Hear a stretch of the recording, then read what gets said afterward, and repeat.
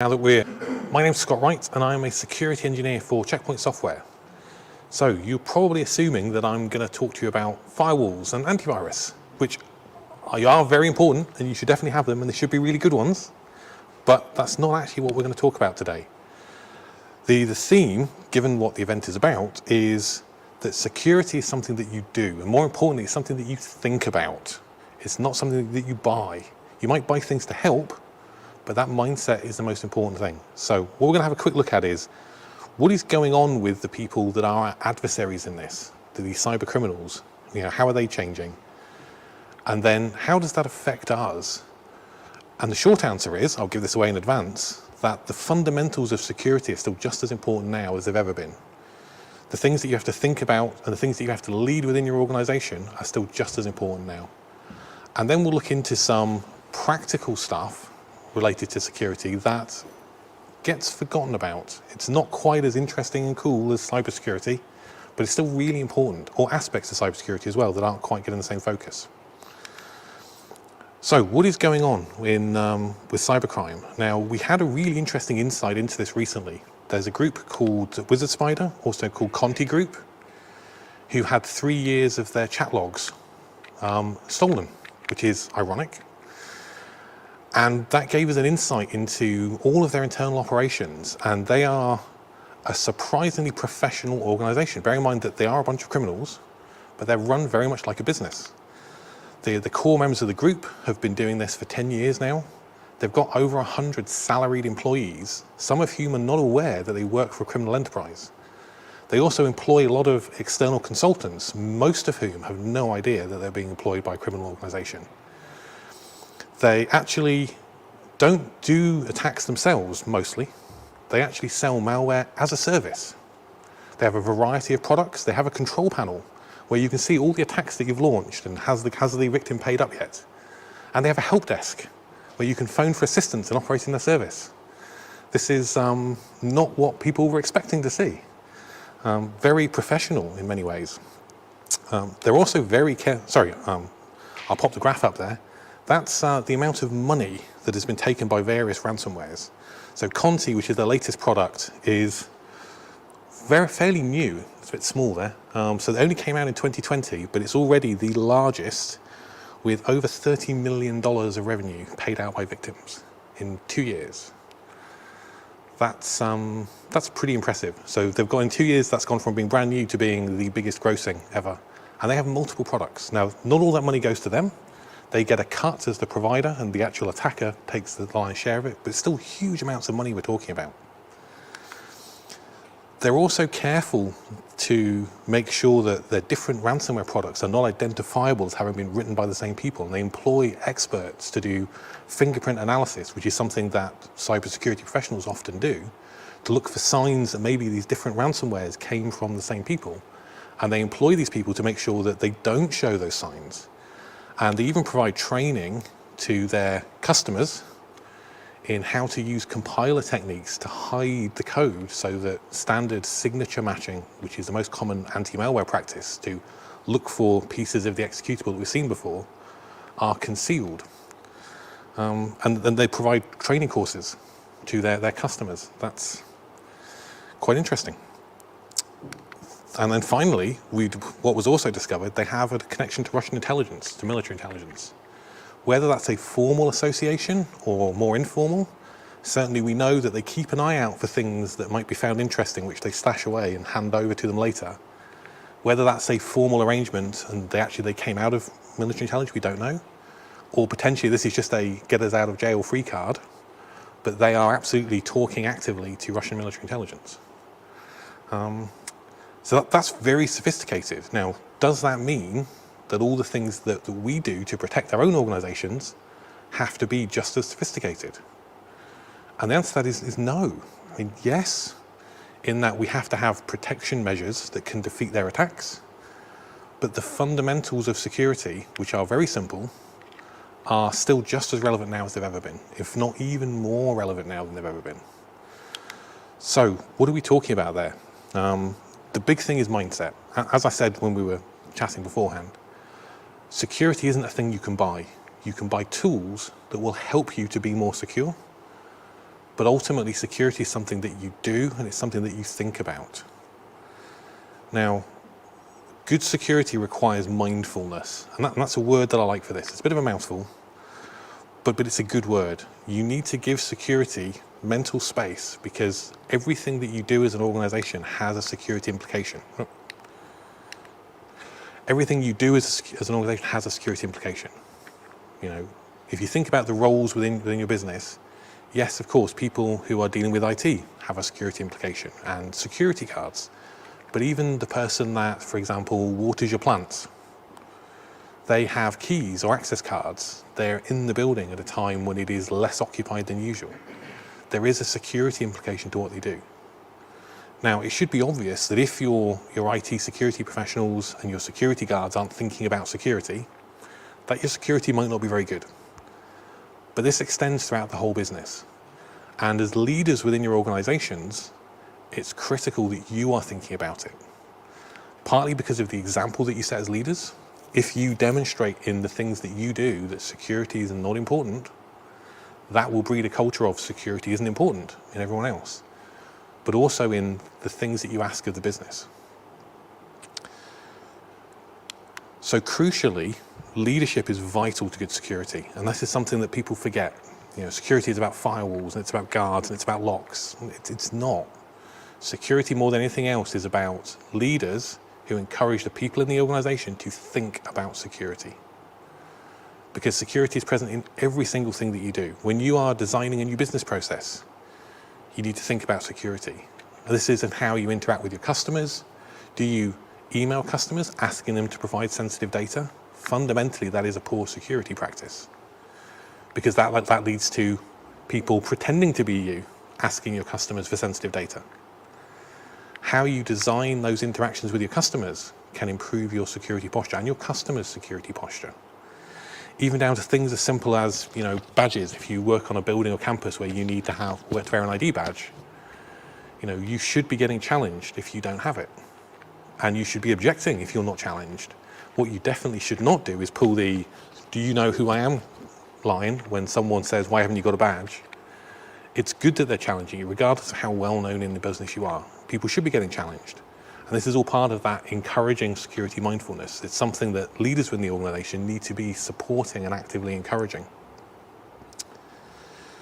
The other big thing as leaders within your organization you need to think about is data retention, which again is part of process and policy. GDPR's not on everyone's mind quite as much as it was, but it's still very much there. It's a piece of legislation. And one of the biggest ways you can minimize the impact to you in a GDPR breach is to have less data there to be breached. So the next time that someone asks, how long should we keep this data for? How far back do you need reports to be able to go? Don't go forever, which is normally the standard answer. Actually think about that. It's really important. You know, one of the organizations that I work with, they used to be of that same regard. We keep all the data forever. You should run a report for any period of time. And then they sat and thought about it and said, well, actually, the external sales team, they only report on the current quarter. So, and after we deliver the product, we don't need the customer's details at all. So what they started doing was anonymizing their sales records as soon as the project was complete. They were in a slightly odd industry where repeat projects weren't expected. But they were removing the customer's details, the names, addresses, and phone numbers from the record, but just retaining that there was a sale of this value by this account manager, and it was completed on this date. And then they only kept that for 2 quarters, so that the sales team could report on the current and the previous. More data was kept at head office, more securely internally, not accessible externally, but that minimized the attack surface. If they were breached, there would only be 4 to 6 weeks worth of sales that still had customers' names and phone numbers and addresses and so on in there. That drastically reduces their exposure in the event of a breach. And that's entirely a business process. It's not a security process. So even if you're not security people, if you are business focused, there is huge advantage to the organization from the things that you can bring by thinking about security when you're talking about processes. And this goes all the way through the business from end to end. So it's something that you need to think about and apply to all the things that you do within the organization. You can buy security stuff, you can buy hardware, you can buy software. But if you're not thinking about security, it won't be well configured. It might not even be put into use. This is far too common in organizations that don't think about security. They'll buy something because that makes us better, that we've bought it, and then it never even gets used. And this is where that culture of security needs to come top to bottom. It needs to be prioritized appropriately, not necessarily top priority. Sometimes it is, sometimes it's not. But it's something that everyone has to think about. This is really, really vital. So before we go into the next bit, which is going to be a bit of a barrage of different subjects, does anyone want to throw any questions in? Anything I've said so far? I saw some people nodding there. So was that resonating with people? How are you finding within your own, if you think about the things that you've done yourself, have there been times where you haven't really put security at the importance it should have been, or just not thought about it? Maybe, okay. So, some things that you can do about security. These are some things that I've seen neglected by organizations in real life to an actual negative consequence. I won't be able to name names, but these are all things that have impacted real organizations. Now, some of them are going to seem very simple. And if I go through the whole list and all of them seem really simple and you're confident you're already doing all those things, that's fantastic. But they're all things that are a bit less interesting and exciting. So I think it's good to remind people how important these things are. And these are all things that you can all do within your own organization. Some of them not necessarily you personally, but all organizations can do these things. So the biggest one initially is testing. Security is only as good as the last time you tested it. And a lot of testing you can do yourselves. External testing is important. You want to have fresh eyes on it, so that someone tests it at some point that doesn't making the same assumptions that are made internally, in case those assumptions are leading to holes in what you're doing. But there's lots of testing you can do yourselves. And you can get software packages to help you do testing. So you can organize a phishing attack against your own employees, and you can do that entirely by yourself. You can get software to help you do it. You can get external third parties. Cybersecurity pen testing is pretty common. For those that aren't aware, it typically comes in sort of two flavors. You can have the sort of light version, where they just look at what's available to be attacked and make some suggestions. And then there's the much more in-depth, which is obviously, of course, more expensive version, where they actually carry out an attack against you and do their best to breach you to see what happens. Physical pen testing, and I'm going to talk about physical security in a moment, it is not so common, but it does also exist. And again, you can get those two flavors. The surface scan equivalent is more of a walk around of your building or estate and a review of your processes, or actually a proper simulated physical attack. And that is something that is not considered by a lot of organizations, but it is important. I'll talk about physical security in a moment. But there's lots you can do yourselves to test. And testing is vital. Too often assumptions are made about how well secured things are, about what processes and procedures are in place, that in fact are incorrect, and the posture is not what people thought it was. So, as with a lot of things, you're only as good as the last time you were tested. So testing should absolutely be part of your processes. Now, physical security. This is an interesting one. Physical security is not very cool for a lot of people, but is absolutely vital. There are cyber attacks with a physical component. They're less common than pure software ones because, of course, you actually have to go to the place. But they do happen where people place a device on your network that is recording network traffic and sending it out through wireless, for example, or positioning of wireless access points that they control within range of your users to try and get users to connect to that instead of a legitimate one. Physical cyber attacks do take place. But also there are more conventional physical attacks. Something as simple as vandalism, someone breaking into a heating and ventilation room and just turning off all the switches because they find out that everything is gigantic and made of great big lumps of metal and they can't really damage it. Just turning everything off leads to burst pipes in the winter and flooding. And that can have a cyber component to it as well, but also a big business disruption component, or simple theft. I had a customer who had 2 data centers at opposite ends of a great big campus, and he had synchronous real-time replication and automated failover and all the good, clever stuff. And then some people stole all the air conditioning units which included the ones that ventilate his 2 data centers and everything switched off. He'd done everything right on the computer side and had not thought about the physical side of it. Apparently the physical security wasn't quite good enough, and that resulted in all his cyber measures not being useful. So physical security is really, really vital. Again, you can do a lot of things yourselves, just making sure that doors that are supposed to be locked are locked when, if you have a part of the building that's slightly more secure and it's supposed to be locked when there is no one in there, if you're going past and it looks like no one's in there, make sure that it's locked. Do make sure that you are thinking about the physical components that support the cyber components. And a couple of little public service announcement there. This style of lock, tubular locks, should not be used anymore ever. And this isn't well enough known, and I keep telling people about this. There is a very simple tool that you can buy on Amazon for Prime delivery, and you simply put it in and jiggle it, and the lock opens. And you can relock it, and you can also take measurements from the tool and have a key made and let yourself in whenever you like. And these are being used in the field by bike thieves and trailer thieves especially. But anything you've got that's worth locking, this style of lock is not adequate. They are completely defeated. If anybody wants to see that or have a try it themselves, because it is really, really easy, I do have one upstairs, so come to the checkpoint stand and you can have a go. If you don't do it on your first go, you will do it on your second go. It's really straightforward. And if physical security is something you're interested in, I do recommend Devin Olam on YouTube. He runs what is possibly the only training course for physical pen testers and gives a lot of the material away for free. Plus, he also has a lot of talks about funny stories about trying to break into places and getting caught, which is pretty amusing. So worth having a look if you are interested in physical security. But it's something that should be more of a priority. I really can't stress that enough. You can have all of the computer business processes you want and make that as secure and resilient as you want.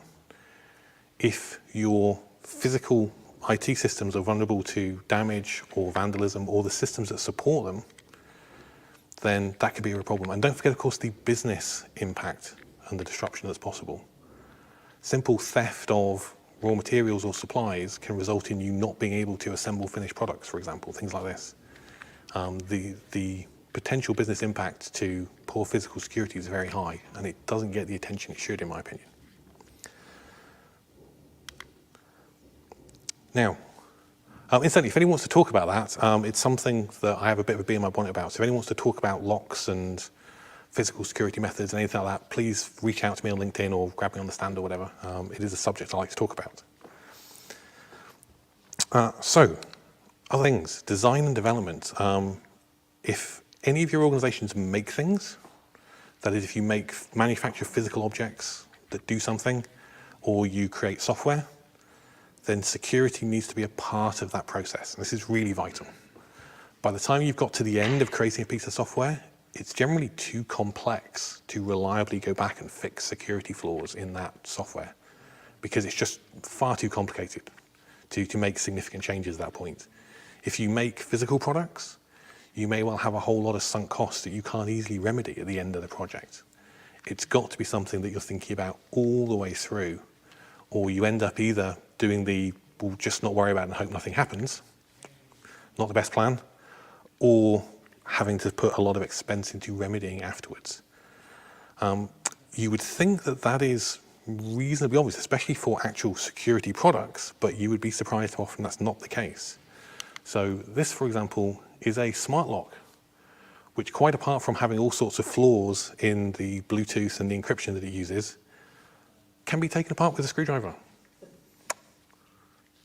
Someone was not thinking about security when they designed this lock, despite it being a security product. And there are many examples of this. Security needs to be thought about all the way through the design of whatever that thing is, whether that's a web page, whether that's an application, whether that's a physical item. Security is always part of it, especially anything that runs any kind of code, that there's a security implication to the design of that product. And you really, really don't want to be trying to fix these later.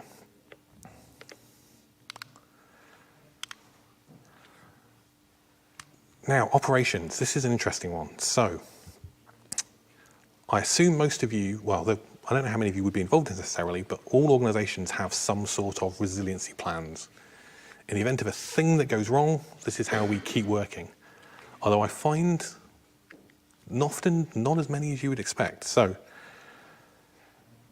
it's vital that you have, this is a sort of IT non-security issue really, that all your business processes, you should think about resilience of those processes. What do they rely on to allow them to happen?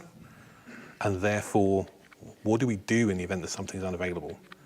If, for example, you're communicating with customers primarily by email, if your email service is down for a number of days, how do you continue business operations? What is the secondary plan to make that still happen?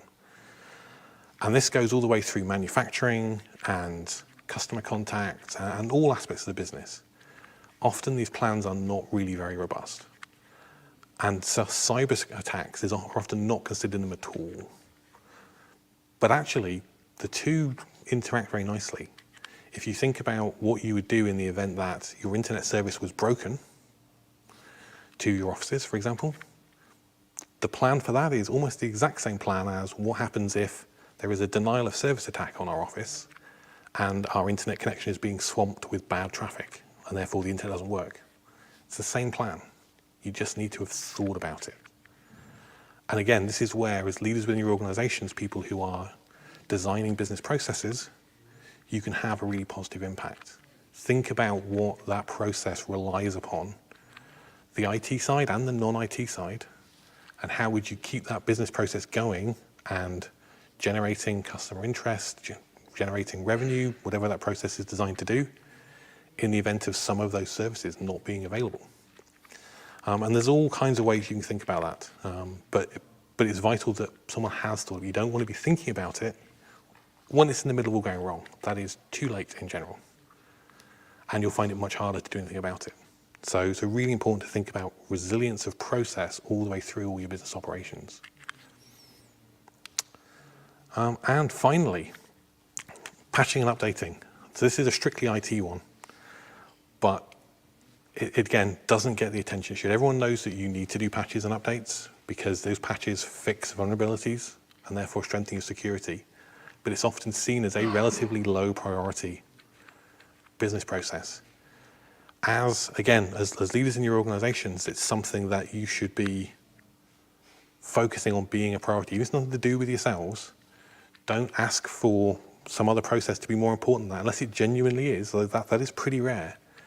And certainly if any of you are leading IT teams, that's time that you should be asking them to set aside to always do regularly and keep up to date, and that you should be protecting for them.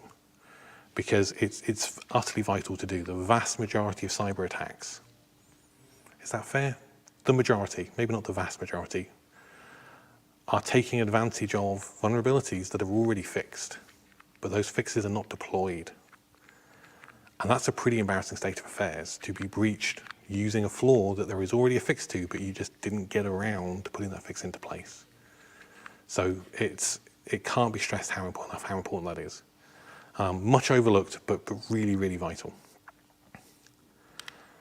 And there we go. So, does anyone have any questions, anything they want to bring up? If it's tangential to what I was just talking about.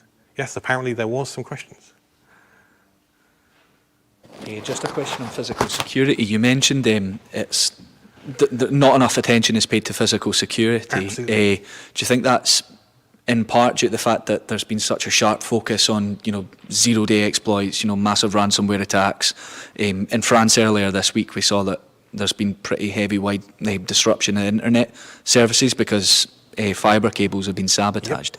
Yep. Do you think there's maybe been too sharp a focus on, the glossy, shiny sort of aspects of security risks and maybe not on the bread and butter that you mentioned there, so to speak? I think the physical security is often seen as not being IT's problem. We deal with the IT stuff. Keeping the building secure and making sure we've got good fences and barbed wire and whatever is appropriate is often not seen as being part of their responsibility set. But everyone, whatever their part of the business they're responsible for, whether that's cleaning the floors or emailing customers or operating the IT, should think about all the dependencies that those processes they deal with have, And some of them will be IT dependencies, some of them will be physical dependencies. But if you are dependent on a piece of physical equipment working and being in place, then that should be secured and protected. With fiber cables, I think that's something that is a difficult one because they're often in places you can't protect. They're going through farmers' fields and so on. And we all sort of just cross our fingers and hope that it'll be okay. But again, that's something you can protect your organization from by having multiple carriers, by having diverse routing of your physical connections to those carriers. So you can protect yourself from fiber being damaged. But again, testing. So an organization that I've done some work with has a huge dark fiber network that they maintain, including 2 big legs that come down the left and right coasts of the country. And they had issues with switching hardware on one side, so they switched the backup line and discovered that part of the fiber had been plowed up. But they hadn't tested it recently, so they didn't know that it was still working. They just assumed that it would be there. So again, it comes back to testing. Your plans are only as good as you test them, and you should be testing them as often as is practical. So it's a bit multifaceted, but certainly part of it is, yes, it's not quite as glamorous as the cybersecurity side. That's definitely an element, yes.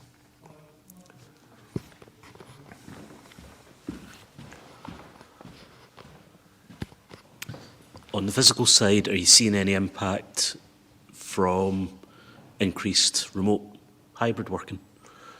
Yes, absolutely. So one of the things that Checkpoint monitors with our endpoint security products is malicious access points. So absolutely, yes, it's always been a problem, especially in places like airports, but is becoming more of a problem as more and more people are working remotely, and that working on the go is becoming more common, where access points posing as Starbucks and various other sort of public Wi-Fi points are being used to then capture that data. It's a pretty standard man-in-the-middle attack. You connect to us thinking that we're Starbucks or whatever, and we take a look at everything that's going through and pass it back on to the actual access point. One of the things that we do is identify those malicious access points, and the only user-specific data we capture about on endpoint security, if you would turn it on, it's turned off by default, is their location. And if we see a cluster of these attacks, we will get the police involved. Some countries don't really care, the police don't really do anything. Some countries, and the UK is one of them, will send people to go and kick in doors and confiscate this equipment. So yes, it's not sharply rising, but it is rising, and it's been happening for quite some time pre-COVID. But it's something that people should be aware of. They should look carefully at what access points they're connecting to. They should think hard about whether they want to use the Wi-Fi versus tethering with their phone, for example, depending on what they're going to be doing, and having good security on your device to protect you in that scenario. Anytime you're using public Wi-Fi, the security on your device is really important. That is your mobile and also your laptop. But yes, increasing a bit, not a huge amount, but definitely a bit. And it's something that people should be aware of and thinking about.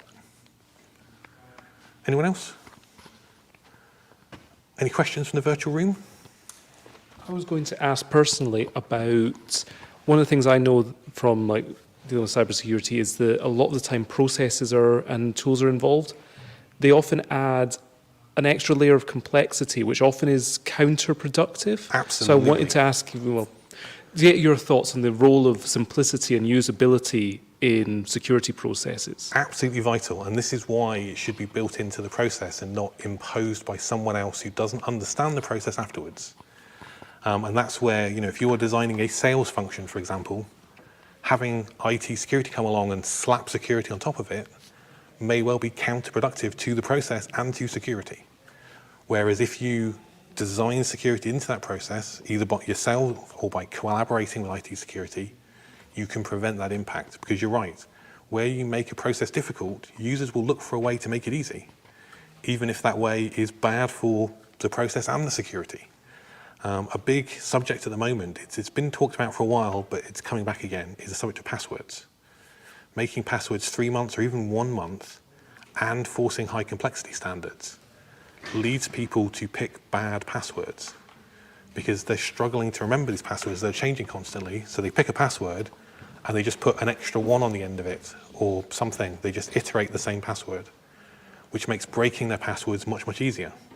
Whereas if they were allowed to keep them for a year, they could pick much stronger passwords And there's been a number of studies done which says this is in fact the case. When you don't force people to change passwords all the time, they're less likely to reuse them, and they're more likely to pick stronger passwords. So it's very easy to design a process that encourages poor security. Absolutely, and that's why it's so vital that it needs to be built in there as you design it, so that you don't create those counterintuitive problems. Yep, good question. Chap behind you. Hi, Hello. Ian Bars from Ampex. Further to what that gentleman's just said, a lot of security measures are security by obfuscation or by adding additional layers on top. How do you get your core executive and your leadership teams to look at the fact that even if you build layers on top, you still need to actually secure the root access behind the scenes? So you might have everybody signing in via MFA, but at the same time, if you've not actually enforced network traffic from a certain point, or you've not enforced MFA throughout everything, how do you get them to look at the basics when they say, well, you've got this massive stack of security, surely everything should be fine? How do you bring back that attention to the real basics and fundamentals that you were trying to fix in the first place, that you haven't still closed that gap, but you have made it more difficult for everybody else in the meantime to sort of do that day-to-day work? How's that a challenge that you would address? It's a tough one. What you're talking about there is where you have non-IT leadership who see we have security, therefore no more needs to be done. Like, there's an education issue there where you need to be, so it's a difficult subject. So IT teams are often very defensive about IT security. Yes, of course we have it. Of course it's really good. Don't ask us. Because they don't really want to be challenged on it, but only by being very open about where you are secure and where you are not, can you really have that conversation. And there's always a trade-off in that you can secure every single bit of every single thing you do, but is it practical? Is it cost effective? Is it a realistic attack scenario? So some things, it's just not sensible. So for example, network access control, where any device that is connected to your network is allowed to access nothing until the type of device, potentially the specific device, and also the user are identified, and then it's allowed to access the relevant things on the network. That's great. That's obviously a really big step up. It's very expensive and complicated. Is that appropriate for your organization? And for some organizations, yes, they absolutely need that. For many, the answer is no, the cost and complexity are too much for the potential risk to us. But if you are being defensive about what security you have and what it really does, then it becomes very difficult to have that conversation with especially non-IT literate leadership. So I think there's a degree of openness that's required from our IT teams to talk about what the security that they have does and what it doesn't do. Something that I used to get asked about a lot was encryption at rest. Oh, we need encryption at rest because it'll be encrypted, it'll be great. It's like, what is it actually protecting us from? And the answer is it's protecting us from someone stealing the drives out of the server. Is that a thing that we're worried about? Is that the sort of attack we think is likely to happen to us? And if not, why are we worrying about that on our servers? So it's important for everyone involved to be open and upfront and realistic about what we have and what we don't have and what it does protect us against. But I would say the crucial thing in that scenario is to think about the potential attack scenarios where you would be deficient versus the ones where you have suitable security in place. And if there are attack scenarios that are plausible for your organization that you are deficient in, that is your opener to talk to leadership about it. This is a scenario that could happen to us. Yes, okay, we see that. Okay, well in that case, this is a thing we don't have that would protect us from that scenario. And that also helps you when you get asked for, I've read about this in the Financial Times, we should have this. Okay, but the scenario that protects us against, that's not a plausible scenario for us. So maybe we don't need that one. But always be very upfront about what you have and what it is protecting you against. And I think that's where you'll be able to have those conversations more easily. No worries. Anybody else? We are just over time, I see. So if there's no more questions, I think we'll wrap it up there. Thank you.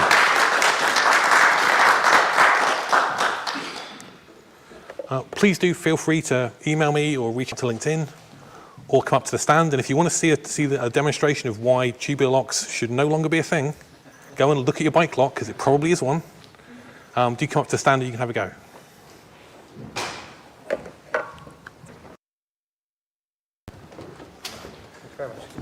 Lovely to meet you. It's interesting because I've done some physical testing, physical pen testing myself. Interesting. Yeah. So. Very unusual.